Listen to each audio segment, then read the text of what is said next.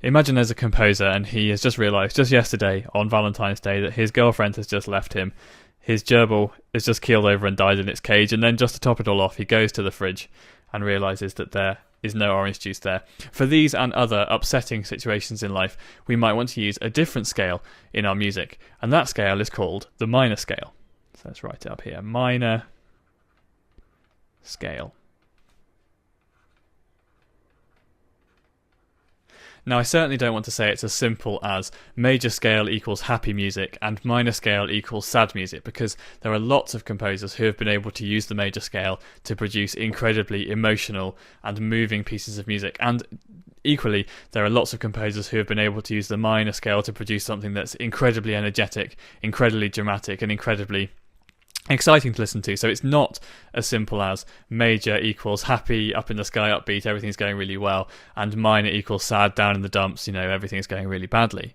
But there is a little bit of a truth to say that the major scale might represent the lighter things in life, the brighter things, the better side of life, and the minor scale is typically used in Western music to represent maybe the slightly darker, more mysterious, maybe more sinister aspects of life. There are actually a few different flavours of the minor scale, and we'll look at a few of them in due course. But to get started, I thought we'd look at the oldest one of these, the one that's been around for the longest, and that is called the natural minor scale.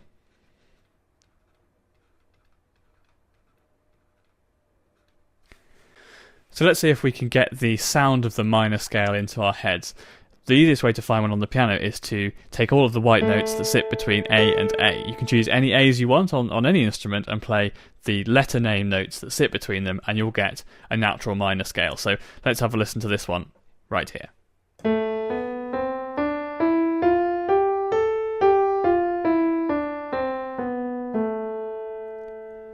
So one really good thing we could do would be to compare the A minor scale that we've just heard with an A major scale so that we can see how they're different. So what I'm going to do is play the A minor scale one more time, and when I say an A minor scale, what I mean is a minor scale starting on the note A.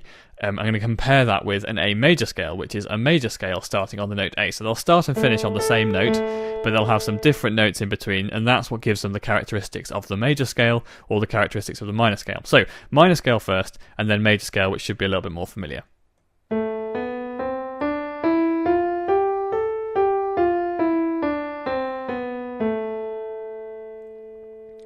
And here's the major scale.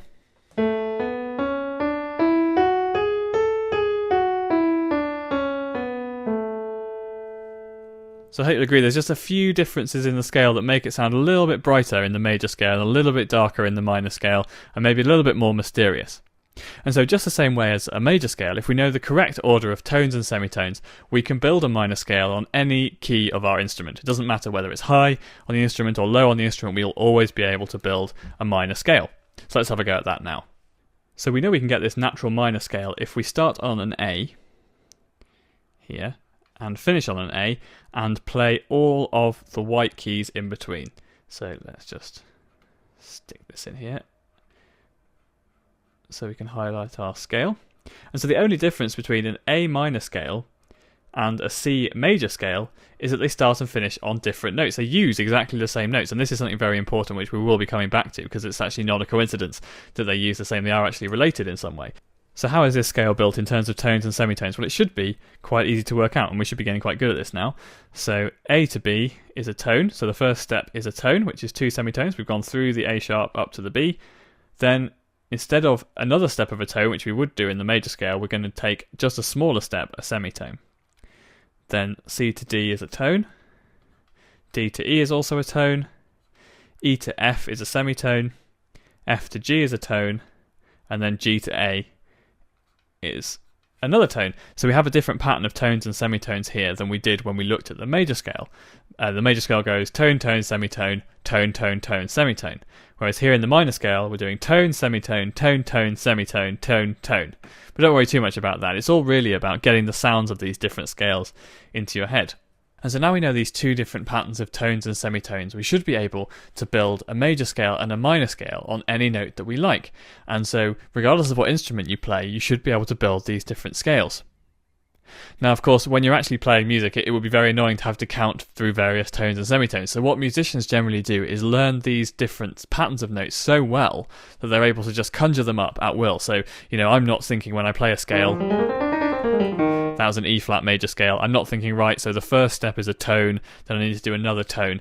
But using those patterns can be really good as we're learning them, because it means we can very quickly build one. So if I can't quite remember how the E flat major scale goes, all I need to do is take my E flat and then just go tone, tone, semitone, tone, tone, tone, semitone. And then I've got my scale. That's the major scale. And if I want the minor scale, which is going to use a lot of the black notes, it's going to go tone, semitone, tone, tone, semitone, tone, tone, which I think is the natural minor scale. But what's perhaps even more important than that, because it takes a while for us to learn our scales, but something you can do right away is when you now listen to music, you can have a guess as to whether you think it's using a major scale or a minor scale. If the music sounds more bright and upbeat, then it's very likely to be using a major scale.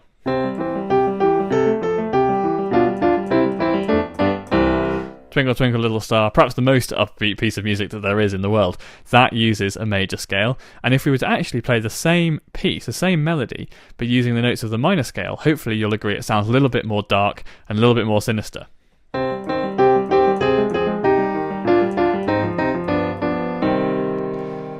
But actually, as I said earlier on, the natural minor is not the whole story when it comes to minor scales, and so in the next couple of videos we'll have a look at the different flavours of minor scale that you might find in other places.